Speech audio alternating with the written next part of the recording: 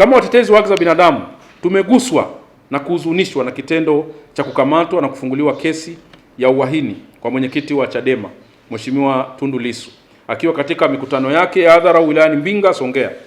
Mazingira ya utaratibu uliotumika kumkamata Mheshimiwa Tundu Lissu haukuzingatia usalama wake, usalama wa raia, lakini pia hata usalama wa polisi waliokuwa katika maeneo hayo. Jinsi mlivyoona ukamataji ule ulivyofanyika ungeweza kuzua taharuki, ungeweza kuzua janga kubwa sana katika taifa letu. Tunafahamu wote, tuna mifano ambayo imeshatokea wakati wa purukushani ya ukamataji wa wanasiasa kule Iringa. Mwandishi alipoteza maisha. Wakati wa Kuilina hapa Dar es Salaam walipoteza maisha.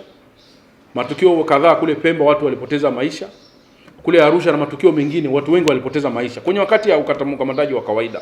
Kwa hiyo sisi tulistuka sana kuona ule aina ya ukamataji uliofanyika pale, kwa sababu wananchi wangejaribu kupambana kwa namna nyingine, pengine tungezungumza sasa hivi maafa makubwa. Kwa hiyo ukamataji wa namna ile sisi tunakemea na tunashauri sana vyombo vinavyohusika viache kutumia nguvu ya ziada. Kama wanasiasa au watu wote wanahitajika katika vyombo vya sheria, basi tutumie utaratibu mwingine. Hakukuwa na ulazima wa kwenda kuchukua kiongozi kwenye mkutano wa hadhara, kwa sababu kwa kufanya hivyo kwanza unatia hofu kwa wananchi wasiende kwenye mikutano ya hadhara. Unatia hofu kwa wananchi waone kwamba hakuna haja ya kushiriki michakato ya uchaguzi na mambo kama hayo. Kwa hiyo ni jambo ambalo linaweza likaendelea kutia doa na fezea katika taifa letu, kitu ambacho tunapaswa wote kwa pamoja kuona kwamba sio swala la kuendelea, au maneno anayotuhumiwa kuyatamka Mheshimiwa Lissu kama wote mlivyoyaona na kosa alilopewa tunadhani haziendani. Maneno aliyokuwa anatamka pengine angeishia kuwa ni makosa ya kawaida. Kosa la uhaini hapa Tanzania ni kosa kubwa sana ambalo adhabu yake ni kifo au kifungo cha maisha. Kwa maana hiyo ni kwamba kwenda kumweka mwanasiasa mkubwa ule na kiongozi wa chama kipindi hichi tunapokwenda kwenye uchaguzi ndani kwa muda wote huu maana yake ni nini? Ni kwenda kutia dosari uchaguzi wetu unaokwenda. Kwa hiyo tunashauri pia katika eneo hili kuangalia namna gani swala hili linaweza likafanyiwa kazi.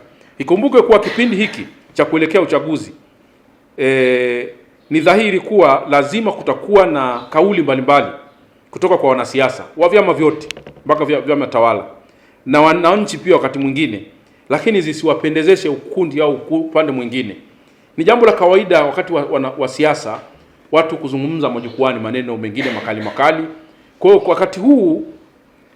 wakati huu wa siasa tunapaswa kuwa na uvumilivu wa hali ya juu. Wakati huu tunaoelekea kwenye uchaguzi tunapaswa kuvumilia baadhi ya kauli za wanasiasa, kwa sababu ndio muda wao wa kuzungumza. Swala la kuzungumza na mazungumzo, swala la kujieleza ni chakula ya uchaguzi, ndio sehemu yake. Kwa hiyo hatupaswi kuchukulia kila maneno yanayozungumzwa na wanasiasa kama vile ni maneno ya kuanza kufanyia kazi na vitu kama, kwa sababu ndio wakati wake wa wanasiasa kuzungumza, wananchi pia kuzungumza, kwa sababu tunakwenda kwenye jambo la kitaifa ambalo ni la msingi, kuchagua viongozi wa kitaifa. Pamoja na haki ya kujieleza kuwa ni muhimu wakati wa uchaguzi, wananchi, watetezi na wanasiasa wote wanapaswa kuwa makini na kauli zao ili kuepuka kujiingiza katika migongano ya kisheria. Wakati huo vyombo vya dola hasa vinavyosimamia uchaguzi pamoja na viongozi wanapaswa kuwa makini na kuepuka kutumia vyombo hivi vya dola vibaya dhidi ya wanasiasa au makundi mengine yoyote ya kijamii hapa nchini. Tunasisitiza kwamba si muda mwafaka, si jambo la msingi kwa kipindi hichi kuanza kutumia vyombo vya dola dhidi ya makundi kadhaa ya kijamii, kwa hivyo vyama vya siasa. Ni wakati ambapo vyombo vya dola vinapaswa kuwa mstari wa mbele kuhakikisha kwamba makundi yote yanatimiza haki zao za kisiasa za kushiriki michakato ya kiuchaguzi. Sisi kama watetezi wa haki za binadamu tuna wajibu ya kulinda haki, amani na utulivu wa nchi. Hili ni jukumu letu, na kushauri makundi yote ya kijamii na serikali kuepuka kwa namna yote ile mazingira ya kukandamiza demokrasia, kuvunja haki, kupoteza amani pamoja na kuvunja sheria za nchi. Ndio jukumu letu. Tunashauri makundi yote, haijalishi ni chama cha siasa, haijalishi ni mwananchi, haijalishi ni viongozi wa serikali, wote kwa pamoja, kwa sababu wote kwa pamoja tuna jukumu ya kulinda utulivu na amani.